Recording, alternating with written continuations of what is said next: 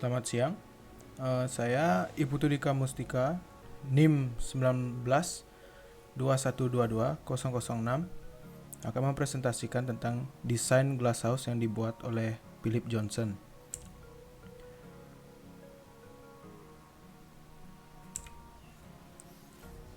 Biografi dari Philip Johnson dapat kita lihat di slide ini. Saya akan menjelaskan sedikit tentang biografi dari Philip Johnson. Philip Johnson merupakan seorang arsitek yang berkewarganegaraan Amerika Serikat. Beliau lahir di Cleveland, Ohio, Amerika pada tanggal 8 Juli 1906. Beliau bersekolah di Hackley School, kemudian melanjutkan sarjana di Universitas Harvard.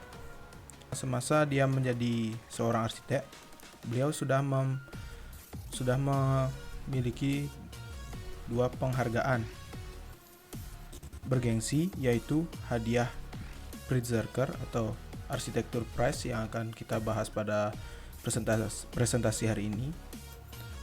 Kemudian medali emas AIA pada tahun 1978. Beberapa bangunan yang sudah dibangun oleh beliau adalah rumah kaca, gedung Seagram, 550 Madison Avenue, Menara IDS, tempat PPG, Katedral Kristal, dan lainnya. Beliau meninggal pada tanggal 25 Januari 2005 di umurnya yang ke-98 tahun di New Canaan, Connecticut, Amerika Serikat. Body of work. Di sini sudah dijabarkan beberapa karya-karya yang pernah beliau buat semasa hidupnya. Saya menjabarkan 8 karya dari beliau, dan salah satunya adalah karya yang memenangkan Architecture Prize.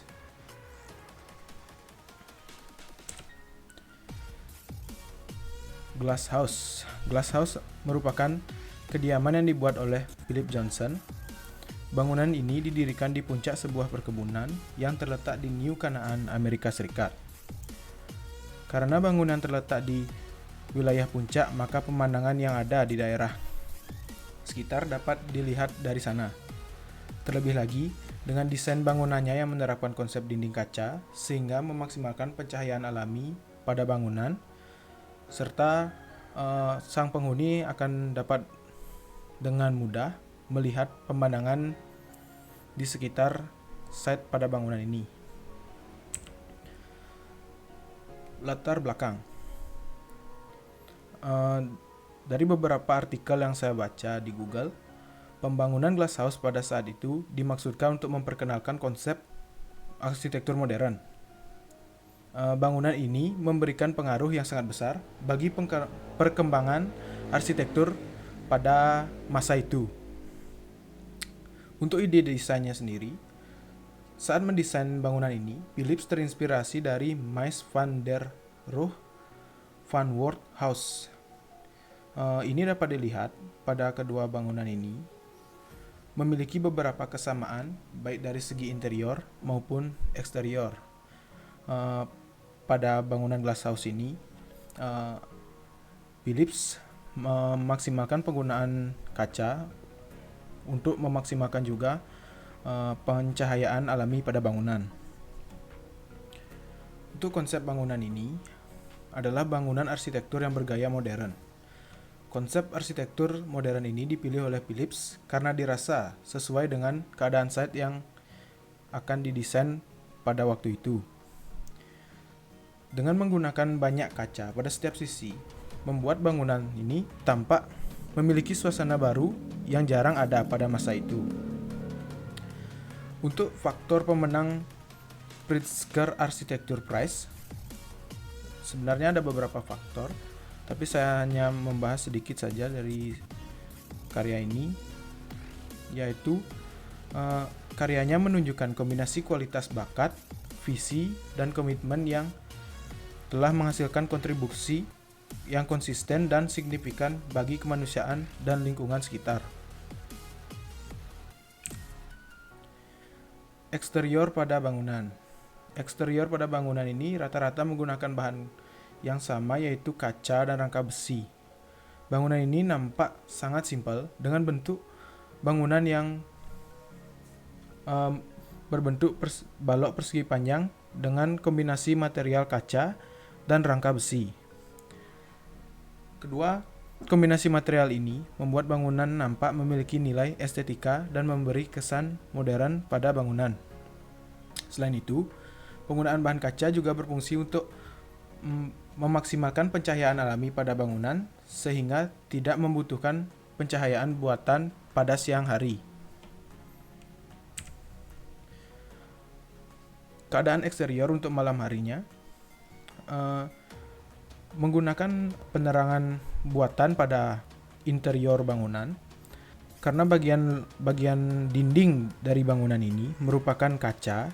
Jadi pada eksterior bangunan ini tidak terlalu banyak terdapat lampu atau penerangan lainnya, karena lampu yang berada di dalam bangunan, cahaya lampu yang ada di dalam bangunan akan diteruskan keluar melalui kaca. Hal ini juga akan memaksimalkan pencahayaan dengan konsep penghematan energi listrik yang baik. Interior pada bangunan. Interior pada bangunan ini dapat kita lihat langsung dari luar bangunan. Jika kita lihat dari gambar-gambar eksterior yang telah kita paparkan di atas, kita dapat melihat interior dari luar karena dinding bangunan yang terbuat dari kaca tentunya pasti akan membuat pandangan kita langsung tembus ke dalam bangunan. Di dalam bangunan ini terdapat sofa, meja, kursi, dan beberapa furniture lain yang dapat dikategorikan sebagai furniture rumah tinggal. Pada bangunan ini juga terdapat sebuah fireplace atau tungku api berukuran cukup besar yang biasanya digunakan untuk menghangatkan ruangan pada musim dingin.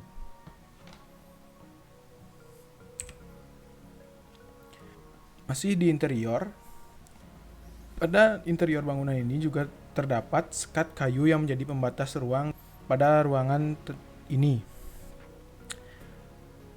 Material yang digunakan pada lantai cenderung menggunakan material bata merah yang dipasang dengan pola tertentu seperti yang dapat kita lihat pada gambar ini. Pemasangan pola bata yang seperti ini menurut saya memiliki nilai estetika yang sangat baik. Selain pada lantai, pemasangan bata merah juga digunakan pada fireplace atau tungku api yang berada di tengah bangunan. Untuk langit-langit dari bangunan ini tidak menggunakan material bangunan tetapi hanya menggunakan finishing cat berwarna krim. Struktur bangunan. Struktur bangunan ini hanya berupa kerangka besi yang disusun dengan beberapa pertimbangan agar mampu menahan beban pada atap. Besi yang digunakan memiliki ukuran yang bervariatif karena selain sebagai estetika, penggunaan besi dengan ukuran yang berbeda juga sangat berpengaruh pada kekuatan struktur bangunan. Besi yang lebih kecil digunakan pada instalasi jendela dan pintu yang ada pada bangunan ini, sedangkan besi yang lebih besar digunakan pada setiap sisi bangunan yang dapat kita simpulkan seperti kolom pada bangunan pada umumnya. Sedangkan bagian atap menggunakan pelat beton yang memiliki tebal kurang lebih 15-20 cm. Landscape. Seperti yang sudah dijelaskan sebelumnya pada materi yang ada di slide di atas, bangunan ini terletak di puncak sebuah perkebunan yang terletak di New Canaan, Amerika Serikat. Di sekitar bangunan ini Terdapat padang rumput yang ditata dengan sangat baik sehingga memiliki kesan sejuk pada bangunan. Terdapat juga senderan batu kali yang membentang dari sisi belakang bangunan ke sisi samping bangunan pada halaman tersebut. Di halaman bangunan ini juga terdapat sebuah kolam kecil yang diperuntukkan untuk berendam sambil menikmati pemandangan yang ada di sekeliling site. Baik, sekian presentasi dari saya. Kalau ada salah kata, saya mohon maaf dan terima kasih atas waktunya.